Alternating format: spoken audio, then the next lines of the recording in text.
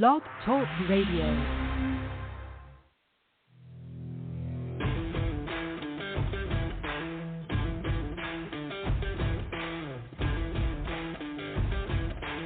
The following broadcast is brought to you by the iGolf Sports Network.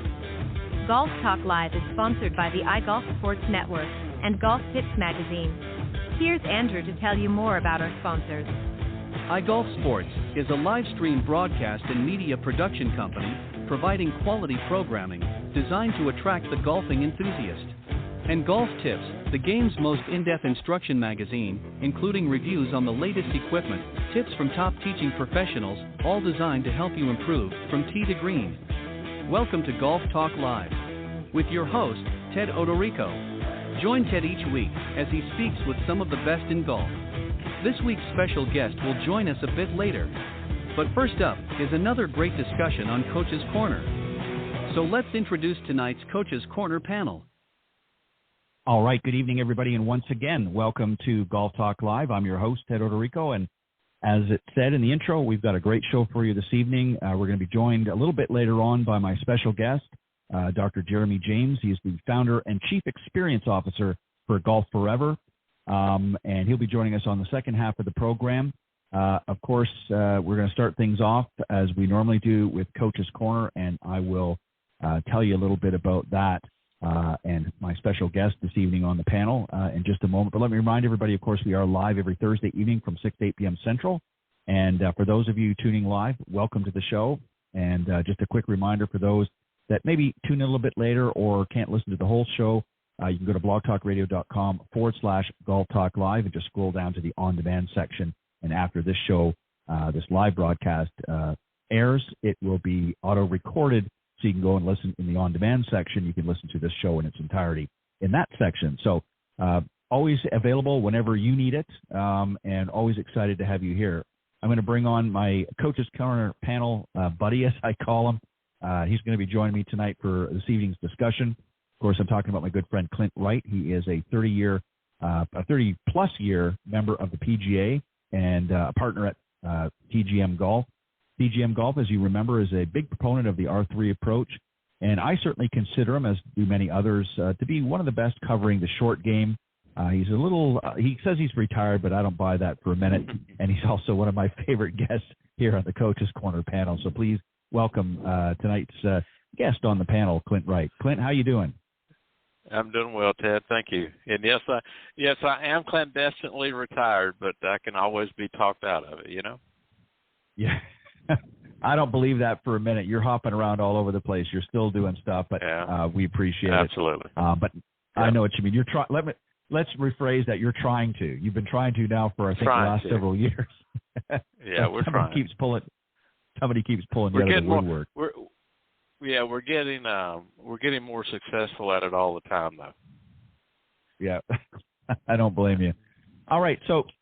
This is your first appearance this season on the panel, and really excited. Always glad to have you back, and it's hard to believe this is season 12 doing this show. I believe it's 10 for the Coach's Corner segment. I think it was 2 years before we started this up. So it's pretty much a decade that you've been doing this, because you were on from the very beginning. Oh, so, we've been having a great time. Yeah, it's I did the other day. Went back and some friends were asking me about the show. We were talking about it, and I said, "Well, can you do it on a podcast?" I said, "Yeah, let me just pull it up here." And we pulled up a couple of podcasts from I think maybe 4 or 5 years ago, and I said, that was we had a lot of fun, and we're going to continue to have some fun, and hopefully help some people, get improved in what they're doing in their golf game, and I know that there's benefit to everything we say, but there's also the opposite side of it as well. We just can't overdo things. I was working with a young man today, and he was just overdoing things, just trying too hard. Yeah. So we hope people take what we say and sneak up on it. Just don't go, overboard with it. Right, exactly. Well said. And, I think really what it boils down to, a lot of this, is what we're really trying to do here, especially on the Coach's Corner panel. The interviews are a little bit different. Obviously, I'm introducing new individuals who have either been in the golf industry for a little while or maybe are new to the business and they've got a great product or service that they want to offer. So that's really what that's for. The Coach's Corner panel is really just to sort of lay a basic groundwork, if you will, with some of the questions and some of the topics we talk about. Obviously, we're not here to specifically instruct everybody out there. It's just not possible in this format. But we're going to certainly give you some tips and things that you can, if you're working with a pro, you can go back and talk to them about and saying, hey, I was listening to this the other night and they brought this up. Let's have a conversation and put something together that's going to help my game. But certainly there are going to be some nuggets that are going to be taken away over these panel and have been over the last, as I say, about a decade that we've been doing the Coach's Corner panel. And so we're going to see if we can do that tonight. So I know that, as I mentioned in the intro, you're obviously a big proponent of the short game. And I know we've talked about a lot of things, but we're going to dial in on some specific things I want to ask you here and get you to expand. So let's talk about bunkers. Again, I know we don't have the visual, so we're just going to have to be there's a lot of different types of bunker shots. And let's talk about how we play some of them. So I'm going to give you some examples. And, you can, as best as you can, sort of describe really what we're trying to do here. Obviously, we want to get out of the sand and get back in play. And if we're in a greenside bunker, obviously we want to try to get on the green as close as we can to the pin and set ourselves up for a good shot or a good putt if we were. So what are some of the types of bunker shots? So I can think of one particularly. We've all had this at some point where we get a buried lie, where the ball is just buried itself in the sand, maybe just the top. What are we doing on the shot like this? How are we setting up everything from how we're addressing the ball in our stance? Are we open? Are we closed? Or what have you? And what about the club face? What are we doing here? Okay. Well, the first thing that we probably can say about any bunker shot is for people to understand the sand was put in this hole to help you, not to hurt you. It's there to help you. Because if you wanted to make it a very difficult shot, you'd just dug a hole, left the dirt there, and not put any sand in it. So we want to view the sand as our friend, not our enemy. So with that in mind, we understand the ballistics that if we hit anywhere around that ball with a progressively, accelerating swing plane, the ballistics of the sand is going to send the ball out in front of it. Okay? So it's very much like ammunition. You got the pellets in front of the propellant, and you fire your gun, and the ballistics shoot it out in front of it. So we want to view the sand as our friend, and particularly when you have a buried lie. In my opinion, it's one of the easiest bunker shots to get out of the bunker. Not necessarily get it close to the hole, but to get it out. Because the tighter the sand is around the ball, okay, like kind of a plug line, not a fried egg, but it's kind of plugged in there, that's the ballistics there is going to work to your advantage in a great sense. Because if you hit anywhere around that ball, the sand is going to go. So one of the best advice that I ever got as a player and a coach was from Dan Murphy he has passed away not too long ago when I first started working. And he said, just look, whatever sand is behind the ball, put the sand on the green. If that sand goes on the green, the ball's in front of it, it'll be on the green too. So our objective here is with that buried lie or plugged lie, we want to take the sand that's about an inch to inch and a half behind that ball, and we want to be aggressive enough to take that sand and put it on the green. And the ball will be out in front of it. Now, when you have that flat, kind of buried lie, the ball's not going to have any spin on it, so it's going to hit the ground running. So with those shots, the objective is just get it out of the bunker, get it up there where you can chip again or putt it, whatever. But the one thing that I see a lot of people do with bunker shots is that they don't understand that the ball is not their target.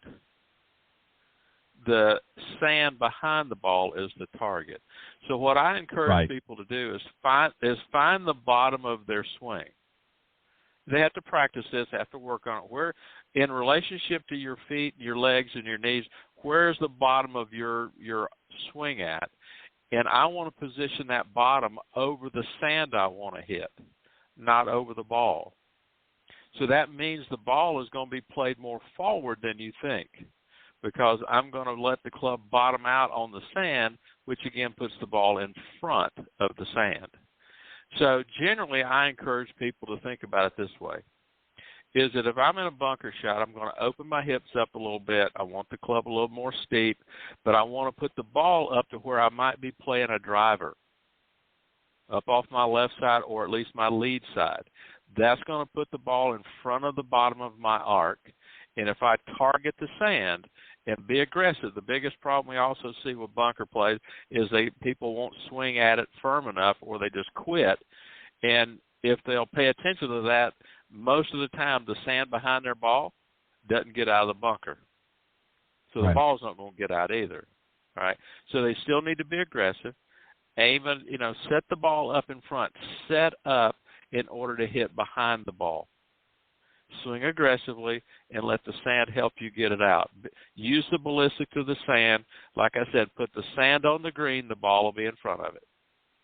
Okay? And now, typically, that holds true with pretty much any bunker shot, and that's just not one that's plugged.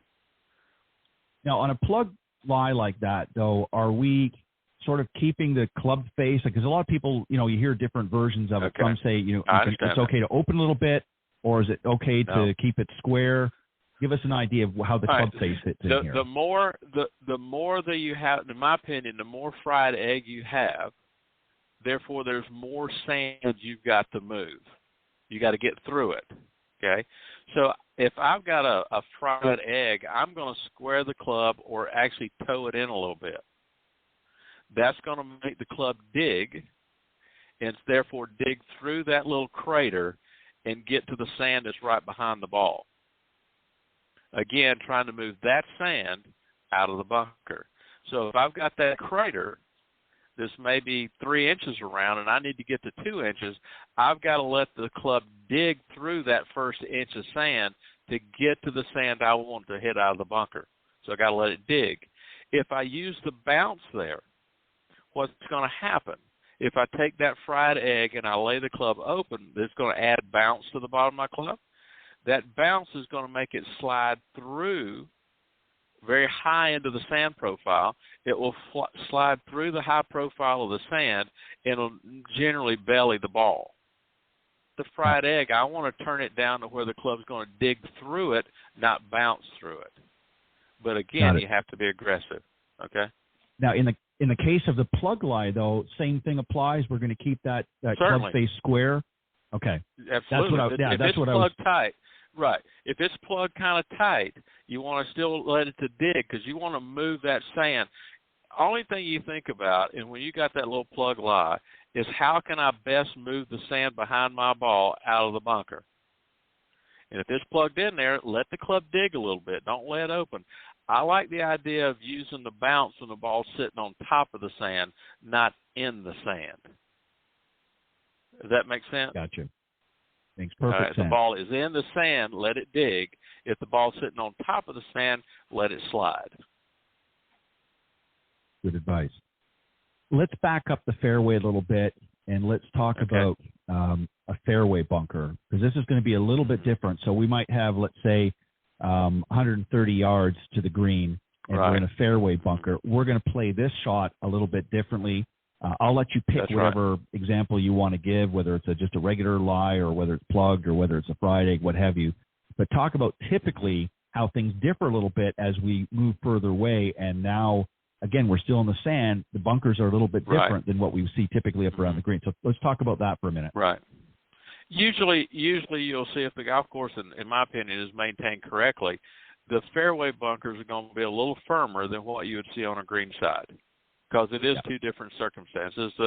The fairway bunker is put there in order to shape your eye down the hole, not necessarily create a big hazard.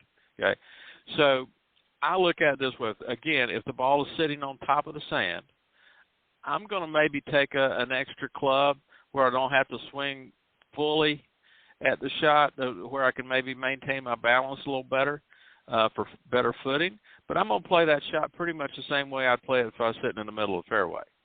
I want to hit the ball first, carry it on out. Maybe, again, like I said, not play the the dead yardage club, take a little extra club where you don't have to swing so hard for better control. Now, if the ball is sitting in the sand or down in the sand a little better, I think, in my opinion, the way I try to play them is to take a club just the opposite. I want to take maybe a little less club, play the ball back in my stance as if the ball was sitting in a divot. I want to get a little bit more of a downward blow on it, and therefore I'm going to have less loft on the club I choose. And I want to give myself enough margin to make sure that I get it up over the leading edge of that bunker. Okay, so if you take those circumstances and how you would play out of the fairway, if the ball is sitting on top of the grass or if it's sitting on top of the sand, there's not a dramatic difference in how you play those shots. If the ball happens to get unlucky and get in a little bit of a depression or a divot in the fairway, or if it's down in the sand a little bit, a little fluffier, might got in a groove of a rake, then I'm going to play that shot very similar to if I had a ball sitting in a divot in the fairway. Move the ball back, hit ball first again, and give yourself a little extra loft because you're going to have the ball back in the stance a little bit. But I think what most people do with a bunker shot, fairway bunker, is they think it's really something special or different. It's just you're playing off of a different surface, that's all. It's just not grass. It's sand. So you can hit those shots very similar. Not a dramatic difference in how you would swing the club or approach it, maybe just the club you would choose to hit the shot with. Yeah, I think a lot of people make, and I think you probably agree with this, make more out of it. You know, what's interesting is if you talk to probably the majority of professionals, I'm talking high-level either, entry tour level players or even on the PGA or LPGA tour, a lot of them will tell you in some circumstance they would want to get into the bunker if they're in a difficult situation. They would rather the ball fly into the bunker and it gives them a better opportunity, especially if there's water or other hazards around that potentially could really cost them, some serious stroke. So, I've heard that sometimes in some of the interviews now where they say, the announcer will ask them and say, well, you ended up in the bunker and that. And he said, you know what, I was glad I got in the bunker because the alternative was right. Exactly. And people are scratching their head. The amateurs are scratching their head thinking, well, why would he want to get in the bunker? But again, like you said, if you understand how to properly execute these shots, they're not as difficult as they seem. I just think, a lot of information gets in people's heads, and unfortunately it's negative information at times, and they just play that loop over and over again. And really, if they understand how to really handle these types of shots, they're going to find, and obviously you have to get out and practice, but you can't just not do that. But I think if you practice that, but if you understand the technique and what you're trying to accomplish, I think it becomes much easier, and you're not as afraid or as intimidated with bunker shots. Agree? Oh, absolutely. Here's the thing that when I'm working with somebody in the bunker shot, I can't hit bunker shots, I says, look, you have to understand that we're talking greenside bunker here, not necessarily fairway bunkers. The greenside bunker shot is the easiest shot in golf. And they look at me like I'm crazy. So how would you say that? I said, it's the only shot that you don't have to hit the ball. You just got to get close. It's like horseshoes. It is if you have the right attitude about seeing the sand as your friend and not your enemy, and you position yourself properly to utilize the sand, you just got to get close. And the biggest problem I see with people in bunkers is they don't finish their swing. When I was growing up as a kid, my dad would always tell me, it's better to be in the bunker on the other side of the green than the one you're standing in. Right. His way of telling me to be aggressive. Yep. Don't try to pooch it out of the bunker. Lay the club open, pick your spot out, and be aggressive.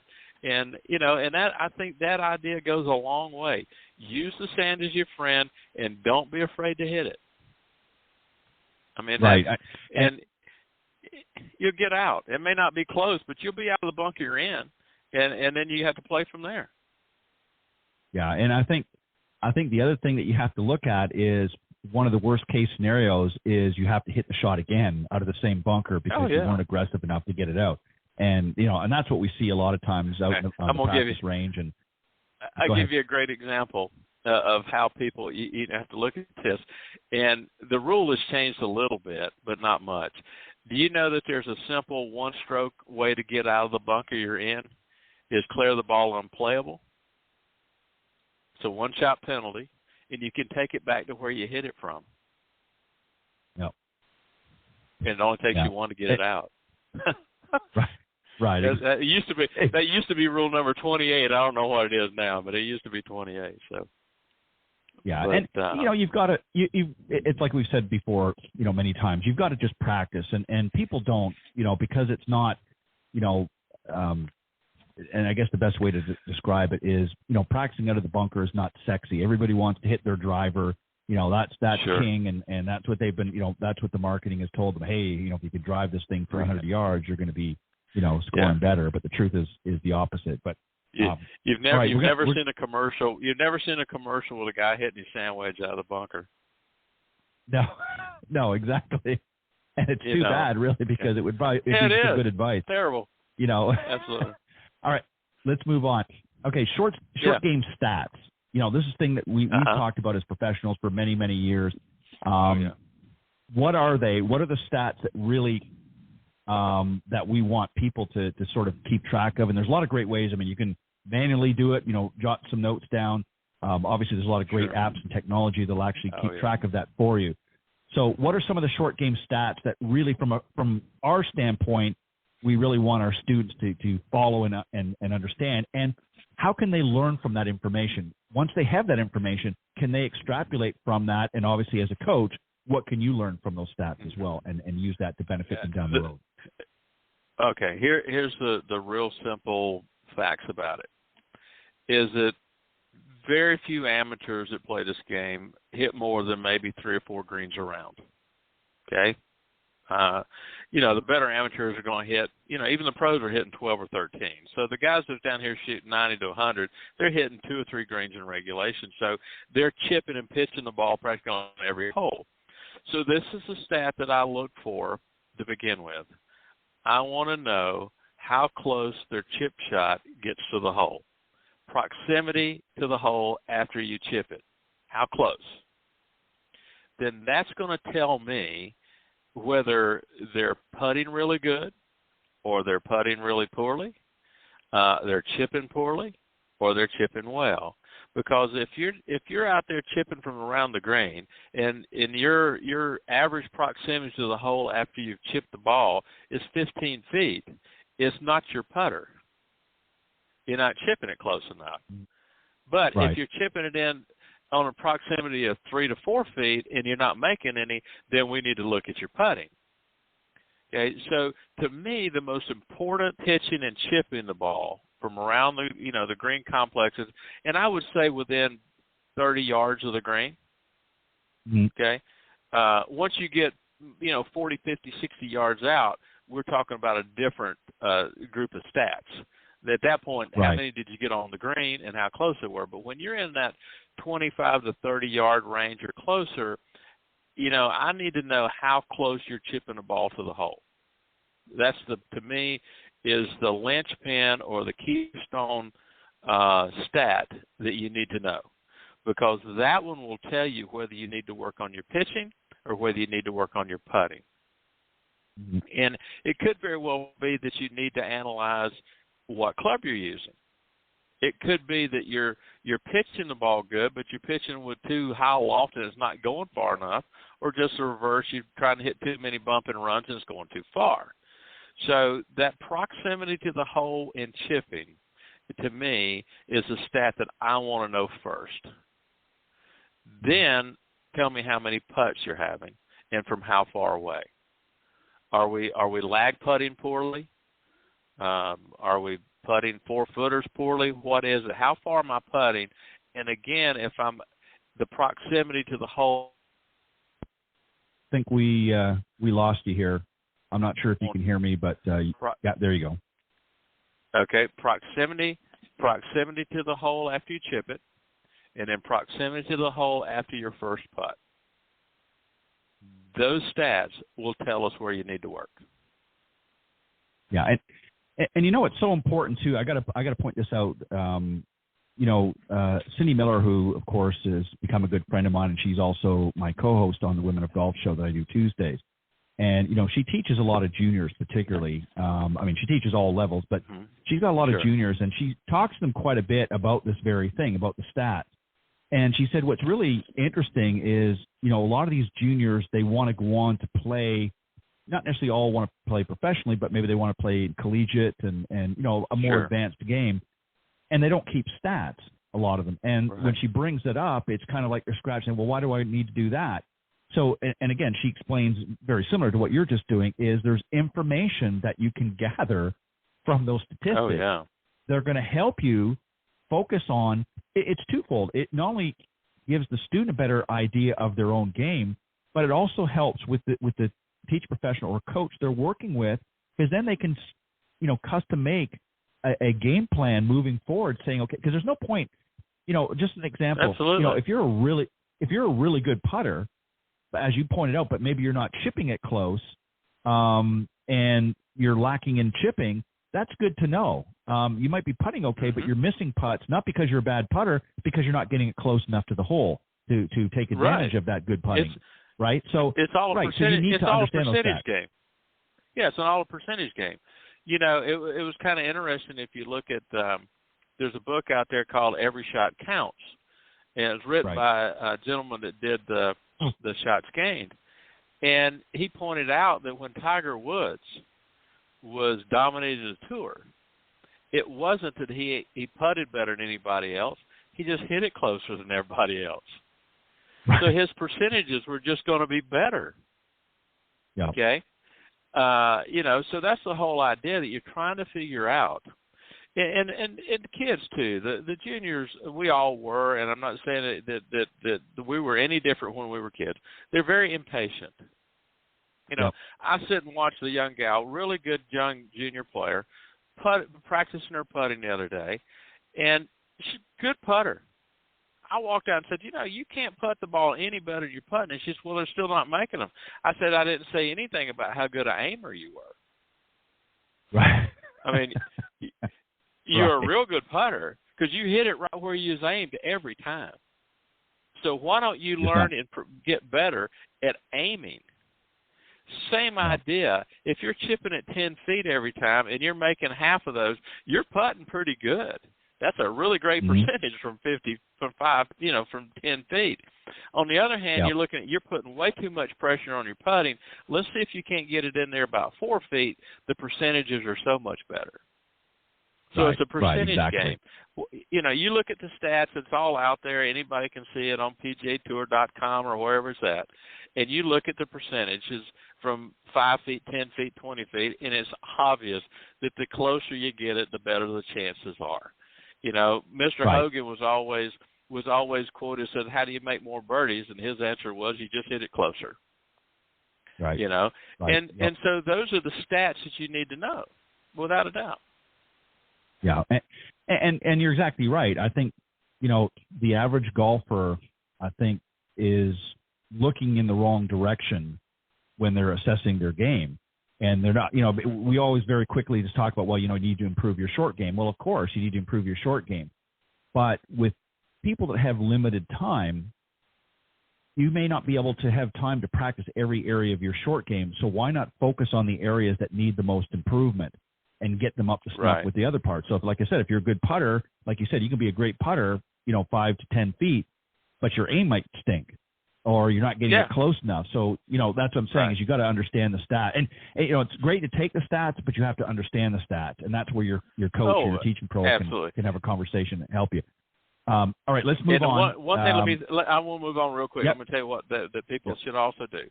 I see everybody and their brother out there with their cameras and their iPads and whatever, taking videos of their full swing, but you never see them videotaping their chipping and their putting. No. Get some videos to see from behind you. Same thing. That's where you can use those videos to your advantage even better. So do that. I think it'd be great. That young lady I was working with, I took some videos of it and showed it to her. Said, "Oh, okay." You can't deny the video. Yeah. No, and it goes to what I said earlier. It's like with the long game. The long game is sexy to them, and I'm just throwing that term out there, obviously, but. Sure. It's exciting. Yeah. It's more exciting, to belt that ball, a mile than it is to, pitch and chip from a few yards off the green, and even on the putting. I mean, you're right. That's and so we understand that. So, but yeah, you go ahead. Watch the newscasting on the night. They never show the base hit. They always show the home run. Right. Because that's exciting. Of course. Right. Exactly. Same thing. And that's just typical. That's typical. That's right. That's typical. A question that I often get, and I'm sure you've had, is how to position yourself off the tee. You want to get, it's about really finding targets and that, but how should a player think when they're approaching a tee shot? So they're standing up, whether it's the first tee or another hole. What should they be looking for? It's not just a matter of looking for a target. They have to sort of think ahead, the process. What should be going through their mind as they prepare to hit that next tee shot? Well, I think the question you have to divide and have a conversation about what level of player you're talking about. You take the guy, the lady that's your average golfer shooting 90 to 100. They should be making some decisions on what club they can get in the fairway. That old thing about fairway and greens. Don't be quite so locked in on this and that target. I love to see these guys and ladies take out a 3-wood or something. I just need to get it in the fairway. All right, that's my objective. My objective is to hit it in the fairway. So what is my approach to being able to do that? I don't have a lot of confidence in my driver. I'm hitting this big slide. Well, don't hit it then, because your objective is to hit it in the fairway. So that's your thought. What can I hit here that I can get it in the fairway, downrange far enough that I can maybe move my second shot or third shot close to the green, where I can take advantage of maybe pitching and putting the ball better. I'm a firm believer that there's nobody that plays this game that can't be a good pitcher and putter. Right. There's not that much of a physical requirement. Now, there's certain people who just can't hit it 340 yards. Okay? Right. I mean, it's just plain and simple. But that person could be just as good a chipper and putter as the guy that hits at 340. So with the 90 to 100 shooter, I really want them to see downrange it in the fairway, choose the club. It's a matter of making decisions on club selection as much as aiming. Aim it down the middle of the fairway, and just try to hit a club that that you've got great confidence in, and move it down the fairway. Now, if you're talking about more of an accomplished player, then I'm going to start thinking about what I want to hit into the green. I'm going to play that hole from the green back. A great example, of course, that we play here a lot, if you hit the ball with a driver on this par 4 and you hit it down there about 260, 270, you're going to be on a downhill lie trying to hit a ball across the pond onto a green that's a little just a little above you. Very difficult shot. Yeah. So my mind there is I'm hitting my 3-wood to lay it back out there at about 110 that's on a flat lie. So I start trying to think, where do I want to play my approach shot into the green from? What's my best yardage? Where do I want to be? Right side of the fairway, left side of the fairway? Well, in most cases, that's going to depend on what side the flag is of the green. So, again, playing from the green back, what side of the fairway is best for me? How far down that fairway do I want to be to get the easiest shot I can get? So my tee shot and ball off the tee is to try to get my second shot is in the easiest place I can get it. And that's going to depend on how I think I need to play my second shot into the green, which means I'm going to work, again, from the green back to that approach shot. Par 5, same thing. I don't, if you can get it on there in 2, great. But I want to be thinking about the proper side of that green to pitch from. Do I want to be the right of it, left of it, short of it? Where do I want to be? If the flag is on the front of the green, I might want to lay back a little further where I can spin that wedge. If the green's on the flag, maybe on the back, well, I can run it on up there and hit a little bump and run, let it roll up there. So that level of player is playing from the green back in order to get that tee ball in the easiest place to play from. Yeah. The not so accomplished player just simply needs to hit a club they can get in the fairway. That again is making their next shot easier than it would be if they were playing out of the trees. Okay, so the whole objective is to try to make your next shot as easy as you can, and depending on the level of player, depends on how you approach that. The better player needs to start from the green back. The more average to a not quite accomplished player needs to try to just get it downrange in an easy place to play the second shot from, which means, in my opinion, anywhere in the fairway for that level of player. I agree. I think for the more advanced player, it really strategy becomes more in play. If you're struggling with if you're a high handicapper, that's right. And again, that doesn't mean that you're not using a different strategy, I guess is the best way to put it, because as you say, just get it correct. in a position. Right. You're still both using strategy. The difference with a more advanced player is you can get in a little bit more thought can go into it, where you want to do it, and more detail, exactly. And I think that's some great advice.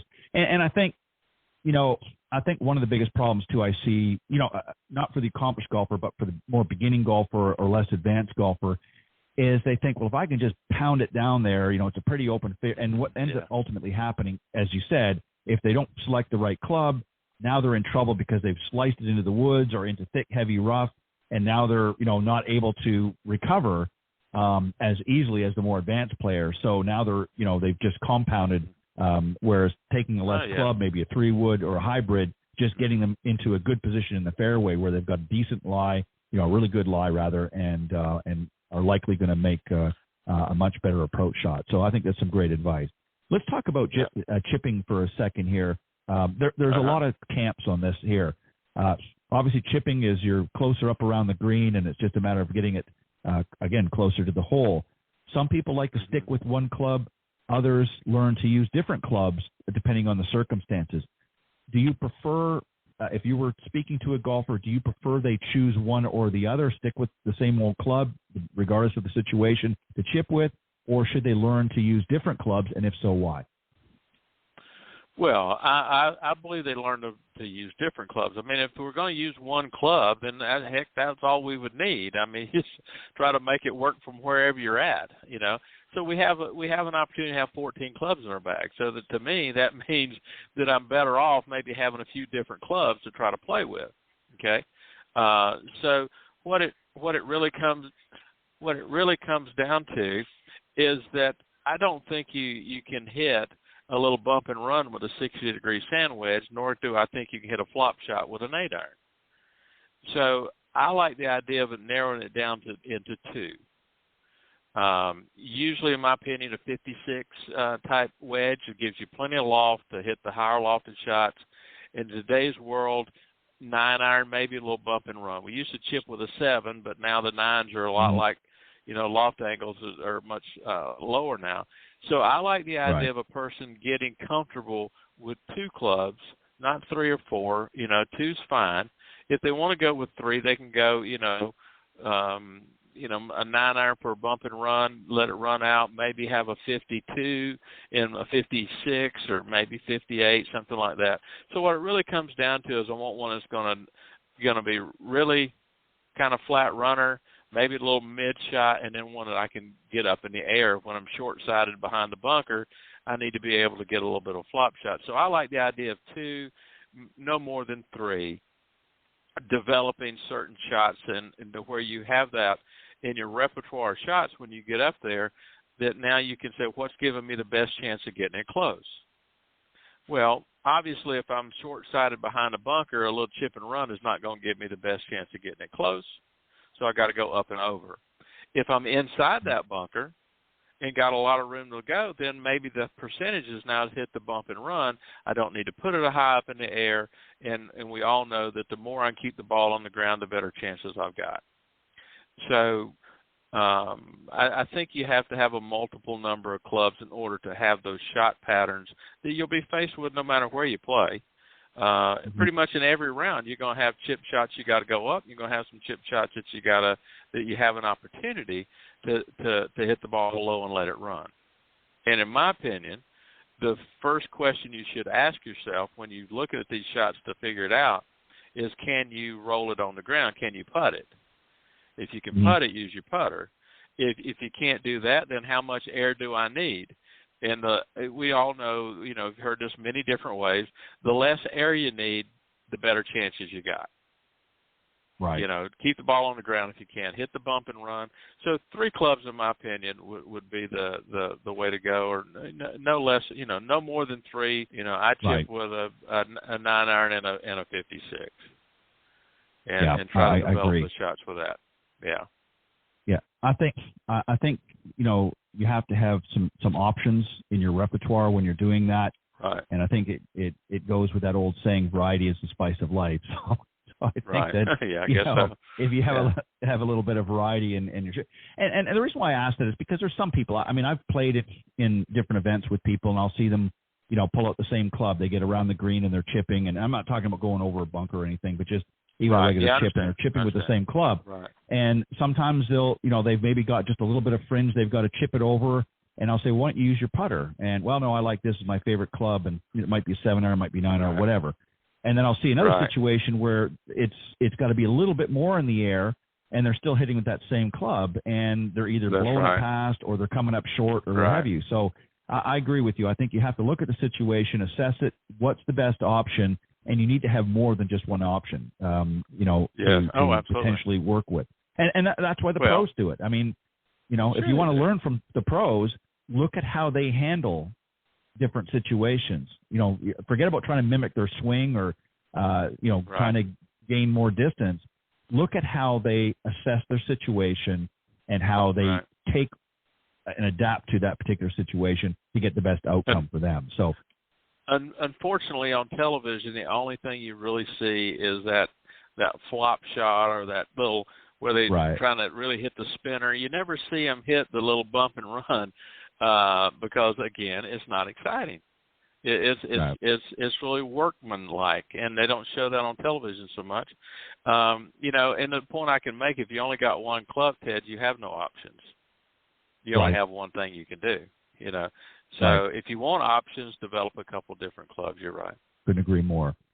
For our more seasoned golfers or older golfers, however you want to phrase it, and I'm in that group now. I just hit 60 a weekend ago, so I'm now in the 6-0 club. You're still way behind. I didn't want to say that, but thank you. You make me feel better now.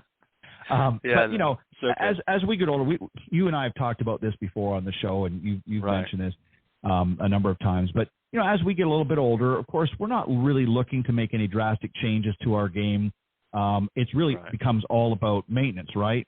So what are the best tips? What should we be looking at? We're not going to hit it 300 plus yards anymore. I mean, let's forget it. No. Let's be honest. I mean, there's a lot of other factors that play in here, and obviously equipment can certainly help a little bit, and obviously your fitness abilities, your physical abilities rather play it. But the truth of the matter, it becomes, as we get older, more about maintaining where we are now. So if you were speaking to a group of more seasoned golfers, we'll put it that way, and really sort of advising them, this is the approach that really you should take. Forget about trying to, get 20, 30 extra yards. It ain't going to happen in most cases. What would your suggestions be, and how you can maintain where you're at now? Okay. Well, I mean, you mentioned some good things. First of all, you can't sit in your armchair and think you're going to maintain. It's going to go down. You got to be active. You got to do a little bit. This is not talking about going to the gym every day for 2 hours. I mean, you need to do a little bit of stretching, a little flexibility.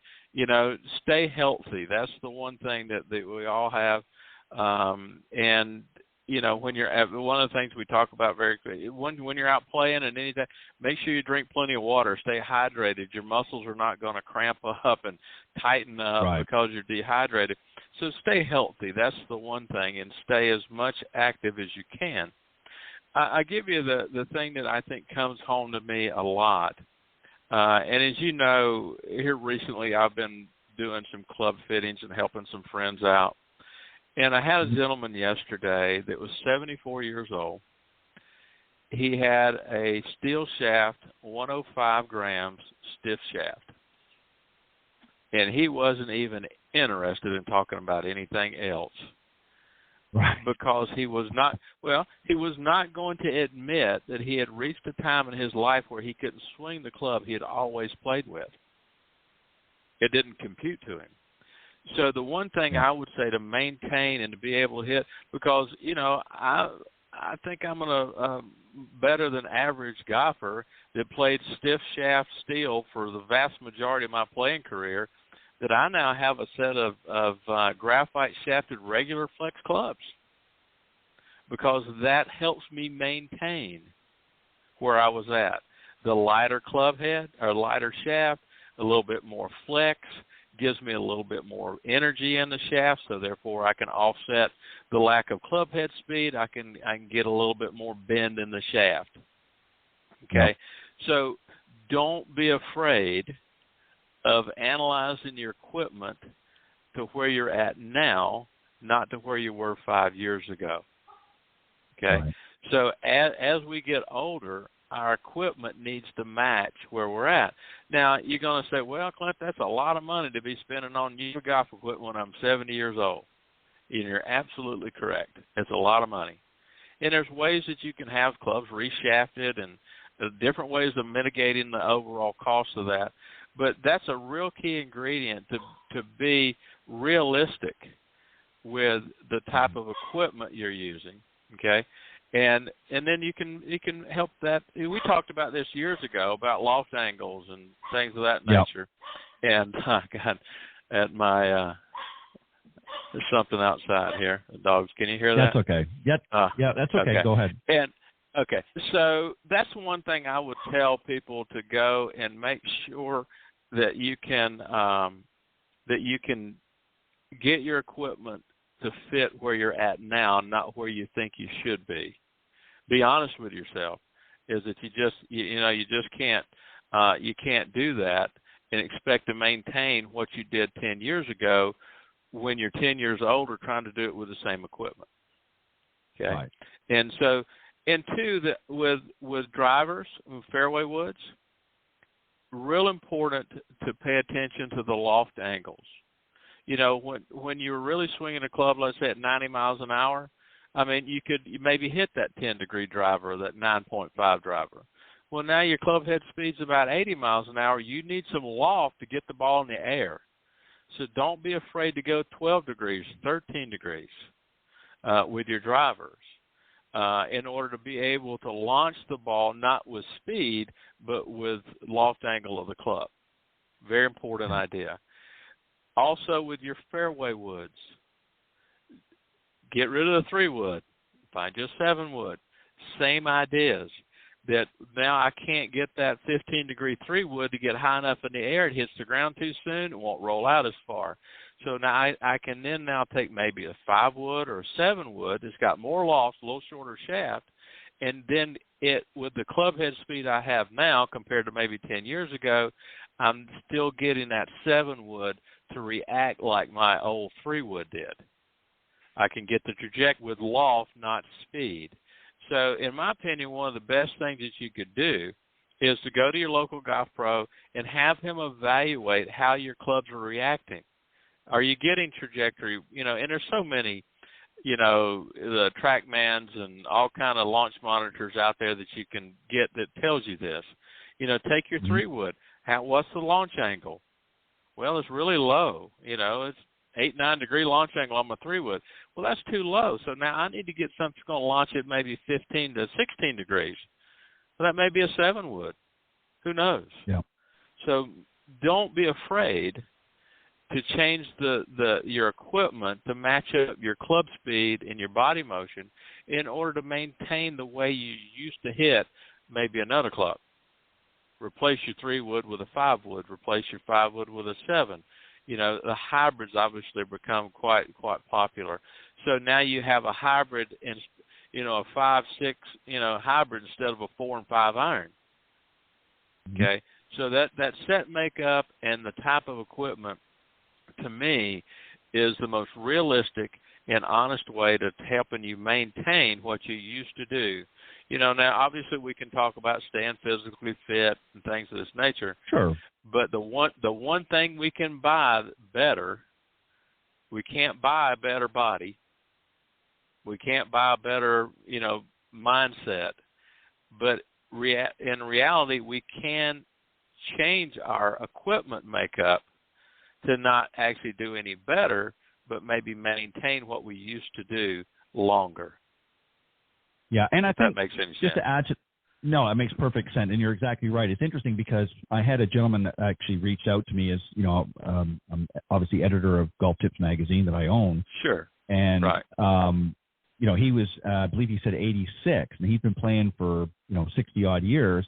Mm-hmm. And he talked about the very same thing. He said, there's nothing really, because I asked him, I said, well, what would you like to see in the magazine as far as tips? What would be most interesting?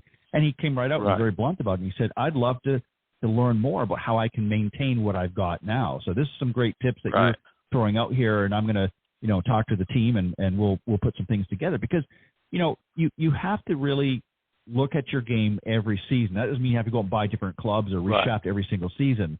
It's not going to change that rapidly. Hopefully not anyways, unless they're, then you need to go and see your doctor if it is. But, you are going to change as you mature. And there comes a point in time where, if you love this game, the truth of the matter is, let's call, brass tacks, if you will.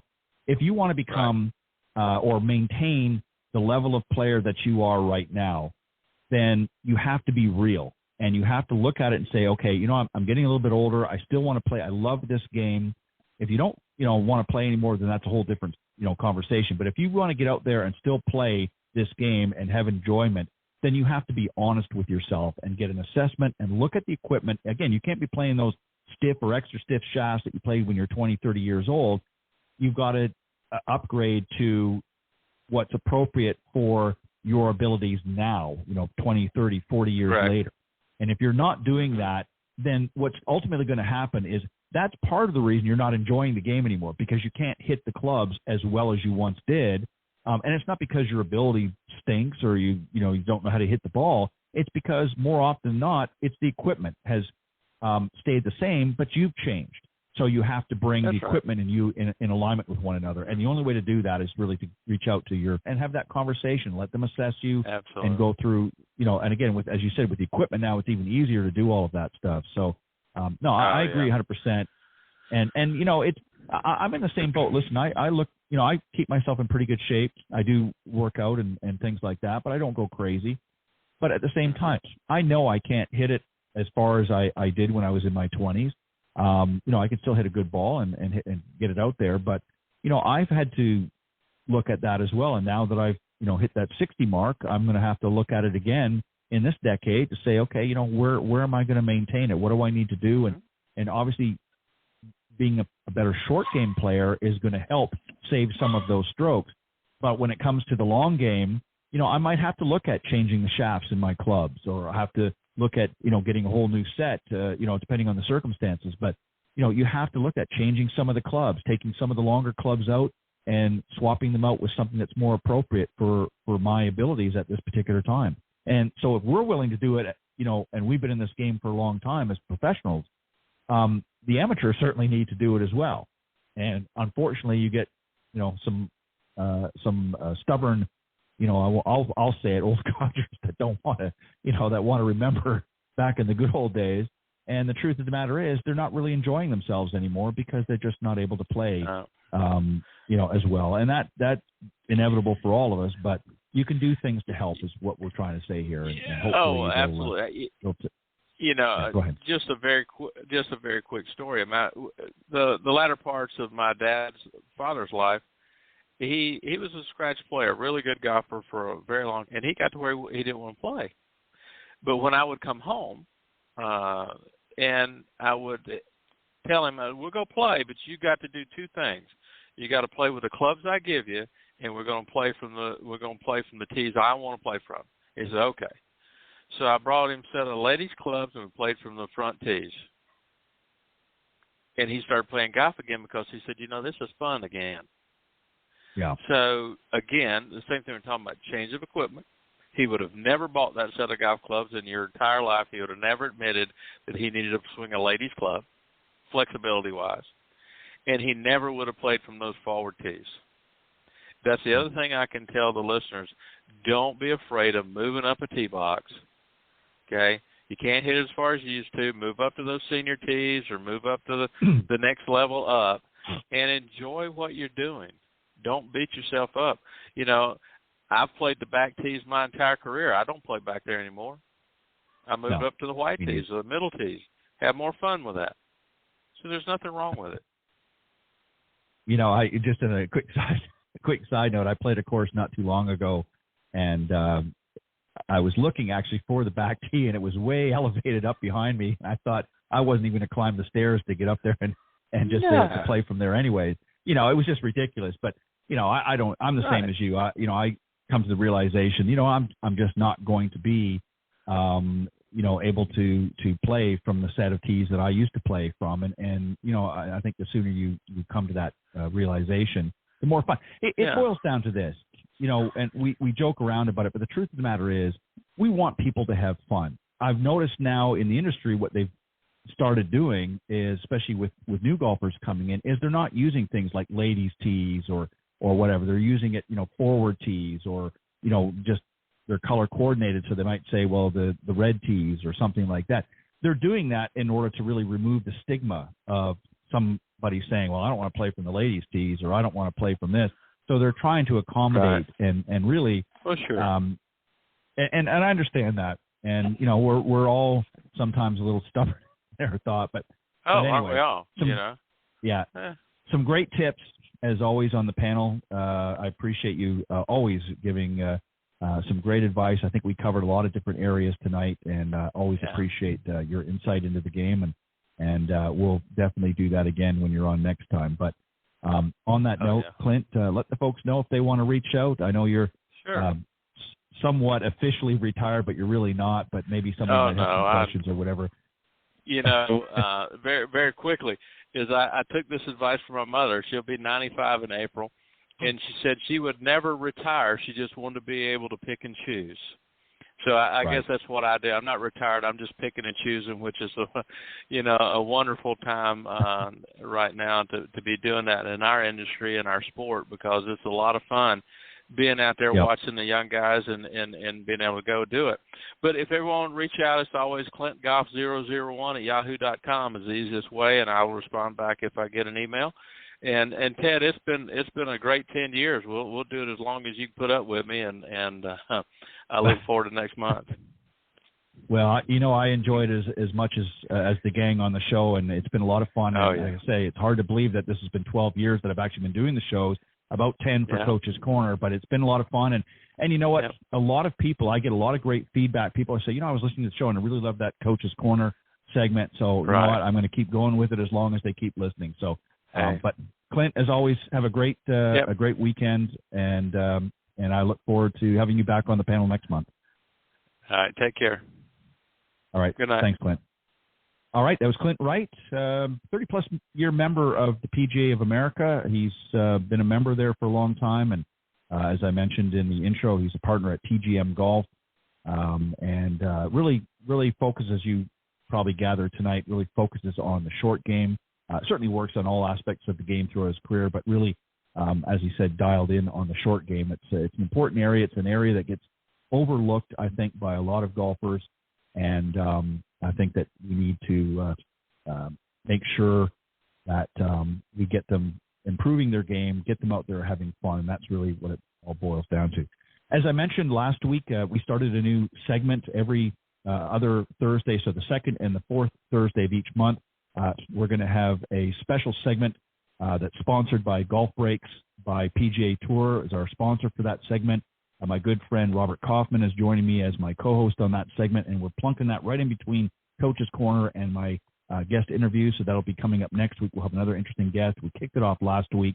But if you're interested in booking a trip, we've partnered with Golf Breaks by PGA Tour. If you go to golfbreaks.com and book any trip that you want, whatever is there, and if you enter at checkout promo code GolfTips200, they will give you $200 off your trip. So you're going to get a savings there. There are some conditions that apply, so you'll have to look into that. But definitely got a buddy trip that you want to plan for this year, whether you want to go to Myrtle Beach or you want to go to Arizona or wherever, you can go to golfbreaks and just book your trip and make sure you use promo code Golf Tips 200, and you'll save yourself a little bit of money on the trip as well. Again, some conditions apply, but we're going to be moving forward with that even more as the season goes on. On golftipsmag.com, we're going to be posting up here in the next little bit some great spring travel getaways, and you can just book directly online. I'm going to take a quick message, speaking of which, from Golf Tips Magazine, and I'll be right back with my special guest of the evening. The following ad is sponsored by Golf Tips Magazine. Are you tired of being short off the tee? And what about those 3 putts? Forget about it. It's time you got serious about your game. Golf Tips, the most in-depth magazine in the industry. For over 30 years, Golf Tips has delivered expert content such as the latest golf instruction from America's top pros, simple to follow practice and game improvement drills, fitness and mental game tips, equipment, training aids, accessory and apparel reviews, golf destinations and travel tips for every budget, and so much more. Don't miss a single issue. Go to golftipsmag.com and subscribe today. All right, welcome back, everybody, to Golf Talk Live. Again, I'm your host, Ted Odorico, and we've got a great show. As I said, we just wrapped up the Coach's Corner segment with my good friend Clint Wright, and always enjoy having him on the panel discussion. And he's just been a great professional to have around on the show for many, many years. All right, my special guest this evening is Dr. Jeremy James. He's the founder and chief experience officer for GolfForever. He has spent over a decade helping professionals and Olympic athletes, Fortune 500 CEOs, and individuals from all walks of life overcome pain and get back to the sports, activities, and daily life that they love. He's teamed up with Justin Leonard and Bill Fabricini to create the most effective golf training program, combining their expertise in golf technique, sports performance, and joint and spine health. Their daily videos series is designed to transform your game by optimizing your body, mind, and movement. And all you need is just access to the internet connection and the desire to play. So please welcome my very special guest this evening, Dr. Jeremy James. Jeremy, welcome to Golf Talk Live. Hey, Ted. I'm happy to be here. Can you hear me okay? I can hear you just fine. Welcome to the show, and thank you for taking time and coming on tonight and speaking with myself and sharing some thoughts about GolfForever and the fitness side of the game, if you will, with my audience. I really appreciate you taking this time. So it's my pleasure. Let's lay it out a little bit so we can get into the conversation. Talk a little bit about GolfForever. How did it get started? What was sort of the thought process on getting the ball rolling here? Yeah, so as you mentioned in the intro there, I had a clinic out in Aspen, Colorado for a long time. I was the director of that clinic, and I was also one of the chief clinicians in it. And we, at the time, were really kind of the last resort for people struggling with chronic pain, musculoskeletal pain, usually back pain, but not always. And most of the people that came to see us had already tried everything else, surgery or drugs or physical therapy, what have you. And we took a very different approach. We looked at everything they were doing in their lives on a day-to-day basis that could be contributing to keeping them in a state of pain. So do you exercise or not? If so, what are you doing? Do you play any sports, such as golf, skiing, etc.? How are you spending your day at work? And to make a long story short, we got very good at fixing those people, and we were rebuilding their bodies through exercise and education and counseling. And a lot of our patients were golfers, and that's simply because, the golf swing isn't a natural movement for the human body. And you really do need to, most people, need to be pretty proactive in how they train their body to make sure that swing doesn't break them down, especially if that's, one of the main or only physical activities they do. So, what we were doing was mostly education, and it was quite expensive to come see us. We were in an expensive location, and insurance didn't typically cover what we did because we were mostly in the gym with these people.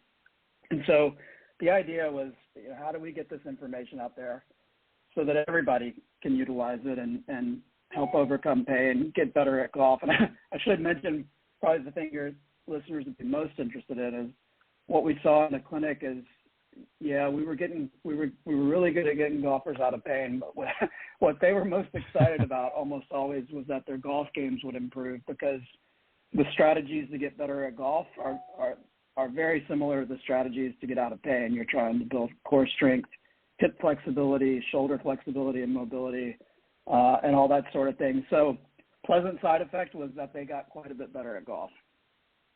Yeah, and we were just talking on the earlier segment, obviously as golfers, I just turned 60 actually about a week ago. So I'm now in that 60s decade, and obviously you have to take care of yourself, and there's a lot of different things that go with it. It's not just the physical, but obviously what you eat and how you exercise and that sort of thing. So there's a lot of factors. We'll get into some of that as we go along a little bit more. You can explain some more details, certain things. But sure. Ultimately you have to really sort of, especially in golf, because your body's changing over the decades, you have to sort of continually kind of reassess where you're at and make adjustments accordingly. So that's something, unfortunately, a lot of men, I think, fall into that category of, well, I don't really want to change, and, I want to play like I did when I was in 20, and it's not going to happen. And I know you could probably share 1,000 stories. And we'll talk about some stuff in a moment. But I want to go on because I mentioned him in the intro there. Justin Leonard, of course, was a PGA member for many, many years, and very well known and very well liked in the golfing industry. How did he become involved with GolfForever? Yeah, I'm glad you asked that. Justin was a local in Aspen, Colorado, where I lived. It was a small community at the time, and so everybody, small town, everybody knows everybody. And I approached him with the concept before, there was even a product, and he just loved the idea from the get-go. He's very proactive about taking care of his own body. He's a very active guy. He skis, bikes, plays golf, obviously, hikes, hits the gym regularly, and he and I are both getting up there in age like you. And he just bought in immediately, and I can't thank him enough for taking the risk and taking the leap of faith to allow us to have him involved. And he put his reputation on the line for something that was really a new idea, and really just an idea at that time. So that's how we got started with him. Pitched him the idea, and then he was like, absolutely, want to be a part of this, want to do it, I believe in it, and we took it from there. And just to people understand, from a golf professional standpoint, guys like Justin and many of the others, they get approached all the time about things like this, and not just, I'm not talking your product, but just always, somebody wanting to have an idea. So for him to commit obviously says a lot, that there was a lot of process and a lot of thought that went into what you were doing, that obviously he understood and got, and somebody that takes good care of himself and believes in and understands the importance of staying fit. If you want to play at a high level, particularly in this game, really at any level, but particularly at a higher level, you've got to take care of yourself, and there's certain things that you have to do. So that really is a testament to you guys at GolfForever to be able to do that, because, as I said, these guys get approached all the time to, whether it's endorsing or whether it's to recommend or what have you, different things. So for him to get more involved and really sort of dig in right from the get-go, again, is a testament to what it is that you're doing. So kudos to you and the rest of the GolfForever team to have him involved. And he's a great guy. I couldn't think of a better person to really be involved. Yeah. Now we touched on real quick, or you had mentioned about going to the gym and things like that. So we all, I shouldn't say we all, but I do, and many others there, we like to hit the gym and get out there and do that. But there's differences in sort of traditional workouts and golf-specific exercises. Talk about the differences, because, people just, well, if I go and lift weights, or if I go and hop on the treadmill and things, that's going to be great. And I'm not saying it's not going to help, but there are golf-specific exercises, because, again, the golf swing is not, as you pointed out, is not a natural body movement. So give us kind of a lowdown, if you will, with some of the differences between the two. Sure. It's a great question. And I'll say you made a very intuitive statement earlier when you said, I'm 60 and your body changes as you get older and you need different approaches. You need to mix things up. And that applies to what you just asked me. And I'll also mention, I'd be amiss if I didn't, that, Scotty Scheffler joined the team for the same reason. He was actually using the GolfForever swing trainer before he became part of our company, and did it for that reason. to your point about, they get approached all the time. He did it because he believed in it, and he's been doing this stuff. He's been working with one of our GolfForever's top trainers, Dr. Troy Van Biesen, his whole career. And so I'll use that as a segue because, yes, golf is specific, and you need a specific workout for golf. And you also need a specific workout for golf for your age and for your physical abilities. All these things are very, very important. And one thing that's really common in golfers across all ages is that they develop some asymmetries in their body, especially if golf is the main thing that they do. You'll see pretty dramatic differences in muscle tone and muscle length and tightness one side of the body versus other, just because of that repetitive, high velocity movement. And so your training program has to work to address things like that. You couple that with how most, American adults spend their day, which is in a seated position. And it can really cause problems and also dramatically impact your golf game. If we just take the example of sitting, with the golf swing, you really need to be able to use the muscles in your backside and your buttocks, the gluteal muscles and others, to generate power from the ground up. And if you sit on your butt all day, that becomes very difficult to do. Those muscles become disengaged neurologically. You almost, there's a term called gluteal amnesia, which is a funny term. I didn't come up with it, but essentially your brain forgets how to use those muscles unless you retrain it. And so, that's part of it. And if you just go in, and I could talk about this topic all day, so I'll try to keep it brief, but let me know if you want to dig in further. But if you just take an example of an exercise that a lot of people are familiar with, the bench press. A lot of men will go and spend a lot of time trying to get their weight up on a bench press. And that can actually be, for golf, counterproductive because it's counterproductive and inefficient because you should be spending your time doing other things.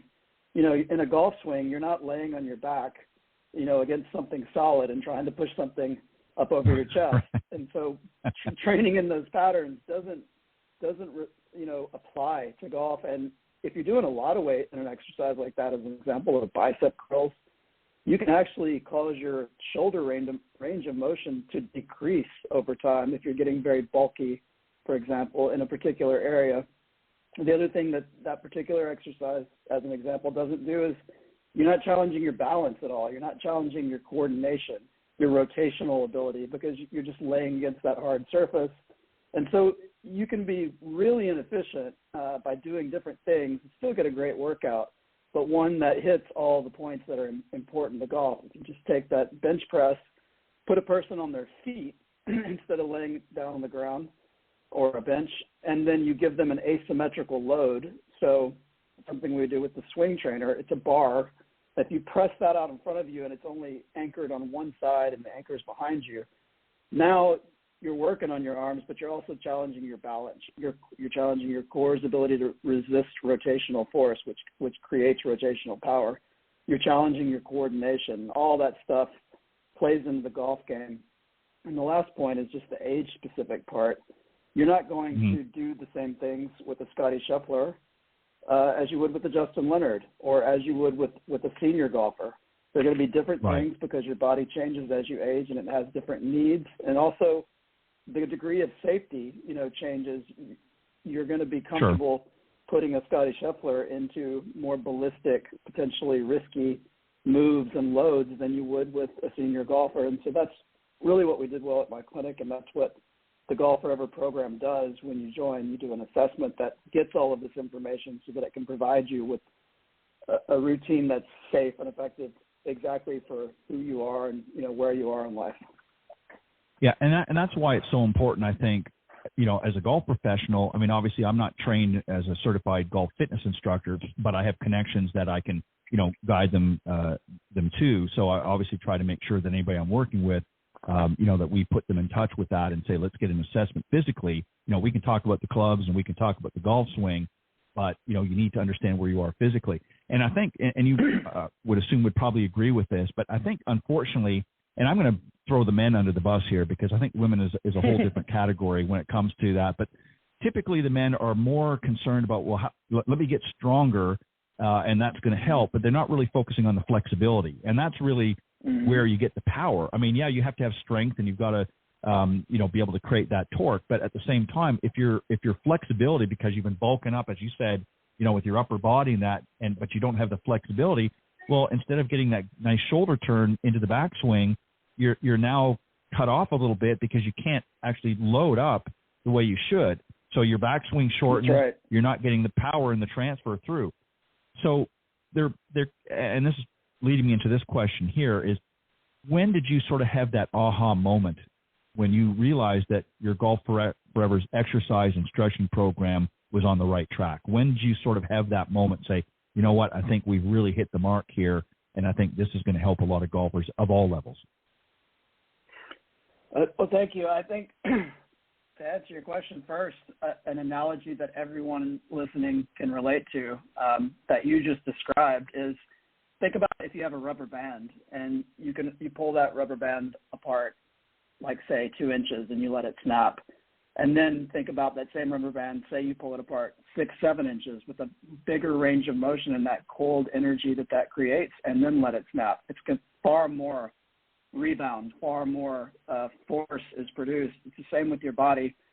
The more range of motion you have, the more coiled energy you create, and the more of that energy is transferred as you swing the golf club, if that makes sense. So I knew we were on to this. My only concern when doing this was, can we get the same results via video and digital that we got in our clinic?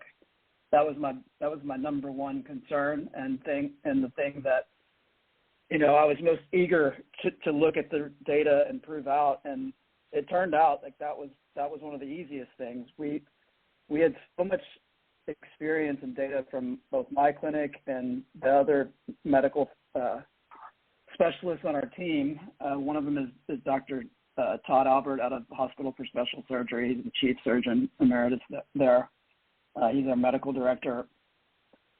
We had so much one-on-one interaction and so many hours, and thousands of hours logged with patients that we put that into both the algorithm that serves you the content and in the videos themselves to, we know when a particular move or exercise has the potential to be done the wrong way or has the potential to hurt you if you don't do it the right way. And so we speak to that in the videos. So to answer your question, pretty quickly, after we got a couple of hundred people using this thing, several years ago, and we saw the results that they were getting, we knew we were on to something. And then the biggest challenge was trying to convince a sometimes skeptical audience, and this has obviously changed a lot in the last few years, but a skeptical audience that they needed to work on their body as much as they need to put as much time to it as they do, hitting balls in the range.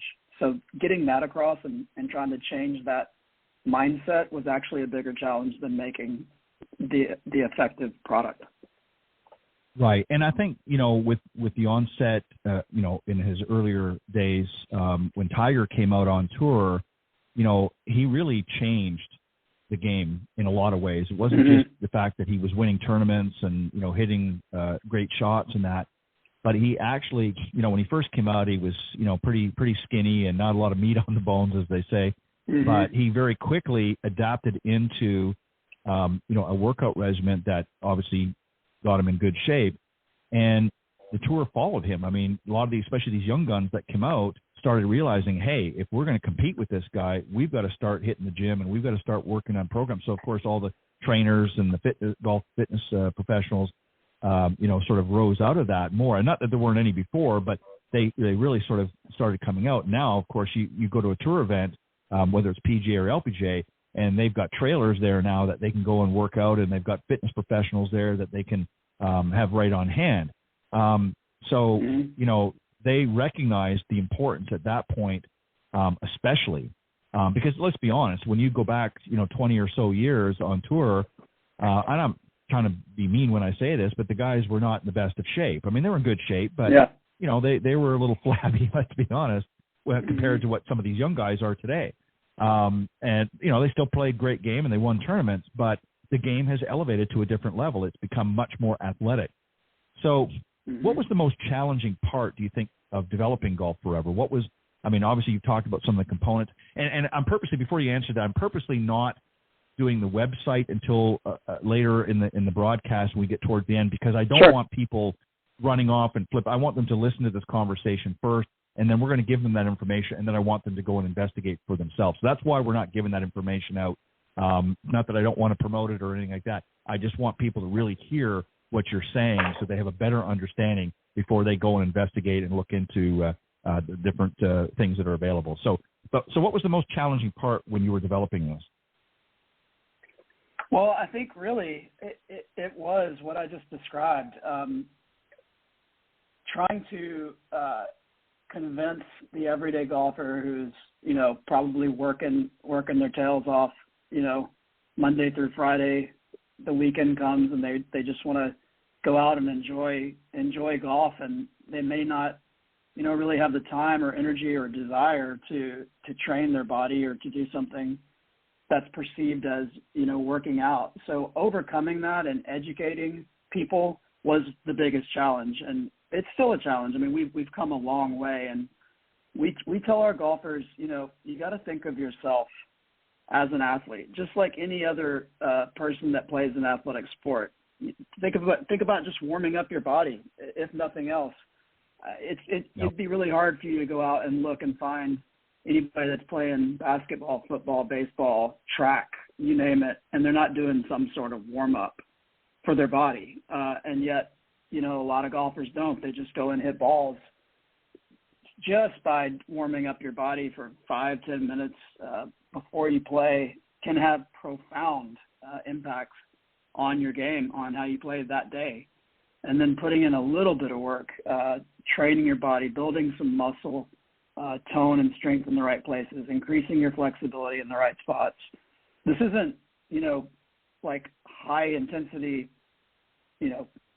super cardio-based workouts that we provide. I mean, we have some of that if people let us know that they want it in the assessment, but basically it's about, 20, 30 minutes a couple of times a week of just this very focused, specific exercise for golf. And, we're not screaming at you. We're not trying to do a boot camp style workout. We're trying to be very thoughtful and efficient. We're trying to to give you the most you can take away in the shortest amount of time. But yeah, just re-educating the golf population and letting them know that, and to your point, it's not the primary focus is golf improvement and getting out of pain or avoiding injury, but the secondary huge benefit, as you mentioned, is you just feel better. And, when you get in your 50s and beyond, or 40s and often 30s, if you're not proactive, your body just starts to decline. That's what the cells in your body are signaled to do in your 30s is start to decline. And if you don't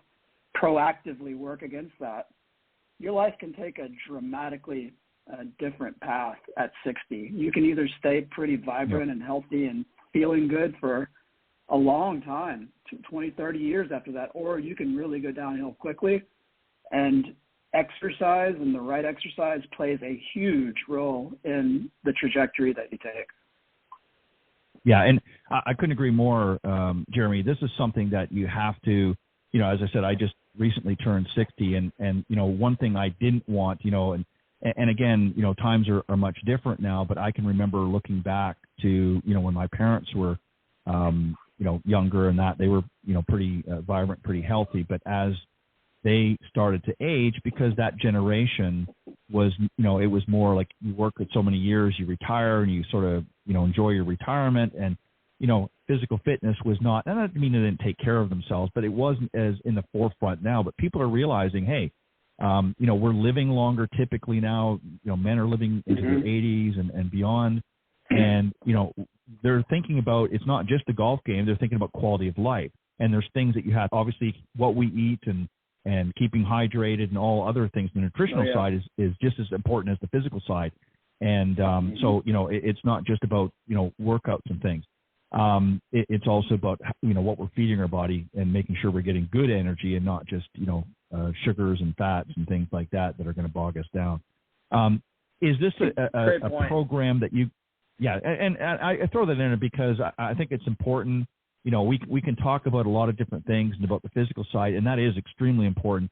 But you can't be eating a bunch of crap and then think you're hitting the gym or doing your program here and think that you're going to get great results. You're certainly going to get result, but you're going to get better results if it's a part and parcel.